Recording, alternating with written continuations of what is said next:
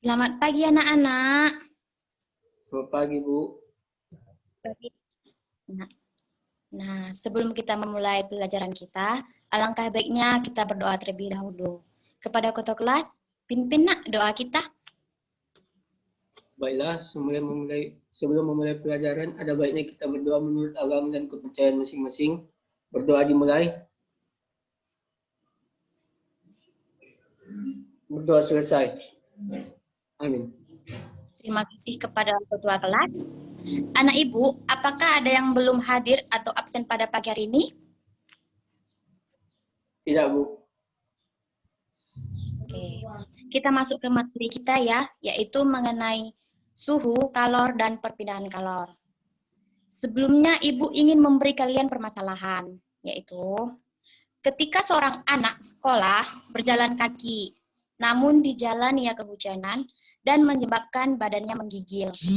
Nah, sampainya di rumah, dia mandi dengan air biasa. Lantas kenapa badannya terasa hangat ketika mandi tersebut? Nah, itulah permasalahan yang Ibu kasih kepada kalian.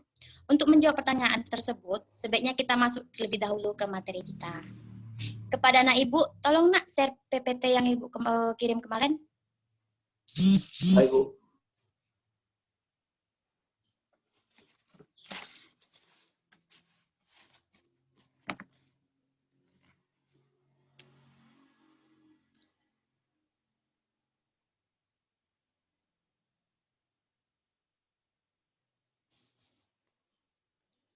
Nah, inilah tampilan materi kita, yaitu tentang suhu, kalor, dan perpindahan kalor.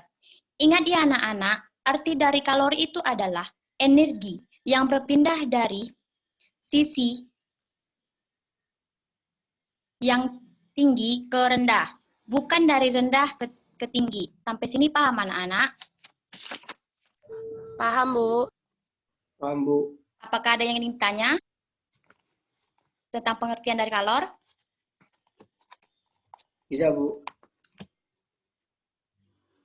Sekarang kita masuk ke contoh asas Black. Nah, dari tampilan di gambar, siapa anak ibu yang bisa menjelaskan dari gambar tersebut? Izin menjawab, Bu. Silakan, Nak. Menurut saya dari gambar tersebut dapat kita lihat bahwa ada dua air yang berbeda suhu, di mana satu air panas dan air dingin yang dicampur akan mengalami perubahan kalor karena terjadi pertukaran kalor sehingga menjadi air hangat. Nah, betul sekali. Terima kasih kepada Hartati. Jawabannya jelas. Tapi Ibu ingin menyampaikan sedikit. Ketika kita mencampurkan air panas dengan air dingin, maka akan terjadi kalor yang berpindah dari air yang suhunya tinggi ke suhunya yang lebih rendah. Kenapa? Perpindahan ini akan terjadi terus-menerus sampai air itu akan atau sistem itu sampai ke keseimbangan termal. Gitu. Sehingga sistem ini menghasilkan air hangat. Dan timbullah bunyi dari asas Black. Seperti tampilan yang selanjutnya. Nah, udah nampak kan? Inilah bunyi dari asas Black. Di mana pada pencampuran dua zat, banyaknya kalor yang dilepas, zat yang suhunya lebih tinggi sama dengan banyaknya kalor yang diterima zat yang suhunya lebih rendah. Jelaskan anak bunyinya? Jelas, Bu. Jelas. Sekarang kita masuk ke penerapan hukum asas Black yang terbagi menjadi 4. Inilah tampilan penerapan hukum asas Black, di mana yang pertama itu adalah penetapan untuk pemilihan bangunan rumah, semisal lantai. Dari asas Black, maka energi dalam bentuk perpindahan panas haruslah sama. Hanya ada konstanta panas jenis atau kalor jenis. Atau jika dipilih konstanta panas jenis yang tinggi, maka lantai tersebut akan terasa lebih hangat dibanding lantai dengan bahan yang memiliki panas jenis yang lebih rendah, yang lebih terasa dingin. Yang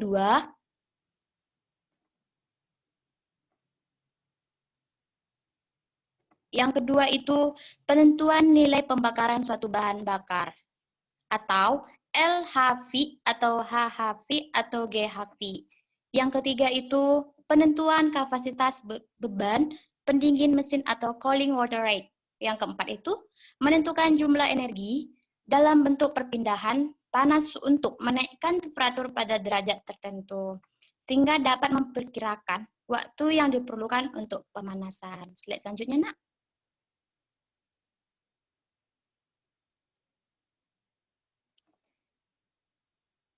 Nah, di sini ada tampilan tujuan pembelajaran kita untuk pembelajaran asas Black. Ibu harap dengan tujuan ini kalian dapat melakukannya dalam kehidupan sehari-hari. Di mana yang pertama itu mempelajari asas Black melalui praktikum. Yang kedua, menentukan persamaan asas Black. Dan yang ketiga, menentukan kalor lepas dan kalor yang diterima. Sampai di sini apakah anak-anak ingin bertanya atau kurang jelas? Jelas, Bu. Oke, kalau tidak ada, kita masuk dengan kegiatan siswa. Ini nanti kita lakukan berkelompok. Nanti Ibu terangkan di akhir nanti. Yang pertama itu, siswa berkelompok. Satu kelompok itu beranggota 4 orang. Yang kedua itu, siswa bereksperimen, tambah diskusi dalam kelompok. Yang ketiga, siswa mempresentasikan hasil eksperimen dan diskusi. Kita masuk ke konsep.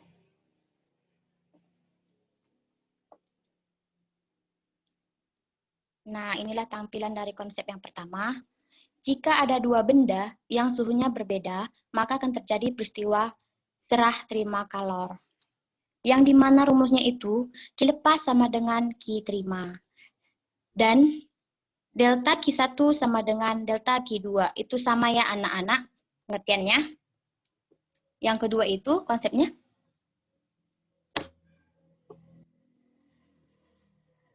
Nah, inilah tampilan konsep yang kedua, di mana itu delta Q1 sama dengan delta Q2. Dan penjabar rumusnya itu M1 kali C1 kali delta T1 sama dengan M2 kali C2 kali delta T2. M1 kali C1 kali T1 sama dengan TC sama dengan M2 kali C2 kali TC sama dengan T2.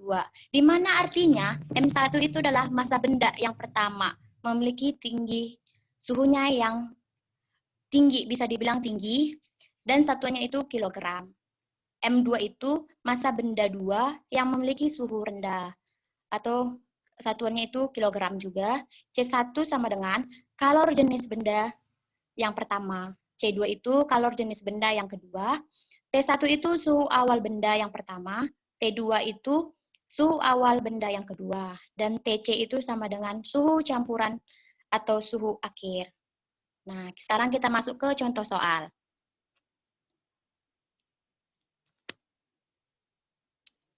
Nah, inilah tampilan dari contoh soal asas Black. Coba perhatikan gambar di bawah. Jika volume air pada gelas B ialah setengah dari volume yang ada di gelas A, maka berapakah suhu campuran pada gelas C? Nah, ini tampilan gambarnya ya anak-anak. Bisa dilihat kan? Bisa, Bu. Bisa, Bu. Nah, slide selanjutnya, Nak. Kita masuk ke pembahasannya.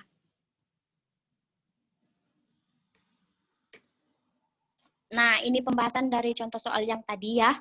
Di mana itu rumusnya Q lepas sama dengan Q terima. Atau penjabar rumus itu bisa dibilang seperti M2 kali C2 kali T2 kurang TA. Atau sama dengan M1 kali C1 atau TA kurang T1. Di mana M itu adalah volume kali massa jenis. Atau sama dengan V kali Pro. Atau FB itu kali Pro kali C2 kali T2 kurang TA sama dengan FA kali Pro kali C2 kali TA kurang T1. Dikarenakan sama-sama air, massa jenis dan kalor jenis dapat kamu coret. Jelas ya anak-anak sampai di sini? Dan FB kali T2 kurang TA sama dengan FA kali TA kurang T1.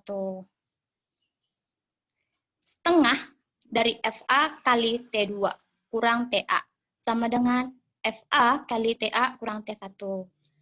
Setengah itu dan hasil dari FA itu sama dengan 40 kurang TA atau sama dengan TA kurang 25. 40 kurang TA, atau bisa kita turunkan yang dari atasnya itu 40 kurang TA, sama dengan 2 TA kurang 50. 40 tambah 50, di mana 50 itu bisa kita ambil yang dari belakang, yang atasannya. Atau sama dengan 2 TA tambah TA. 90 itu datangnya dari 40 tambah 50. Dengan sama dengan 3 TA. Dan nilai TA itu adalah 30 derajat. Kesimpulan, bisa kita lihat. Nah, inilah tampilan dari kesimpulan. Bahwa asas Black adalah apabila dua jenis zat atau lebih dengan suhu yang berbeda, atau tinggi dan rendah, atau melepas dan menerima kalor, setelah dicampurkan melalui titik temperatur, kesetimbangan konstanta. Baiklah, selanjutnya Ibu bagi kalian beberapa kelompok, di mana nantinya Ibu akan berikan LKPD kepada tiap kelompok. Kepada anak Ibu, tolong nak share LKPD Ibu yang udah Ibu share kemarin. Baik, Bu.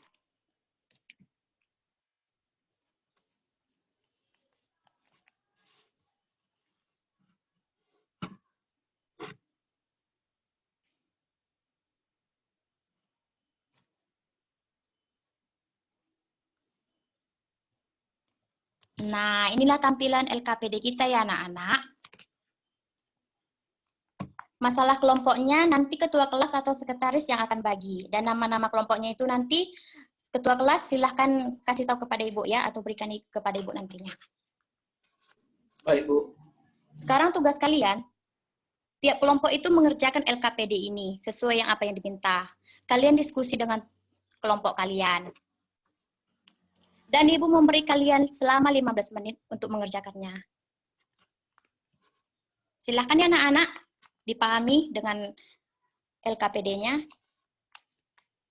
Baik, Bu.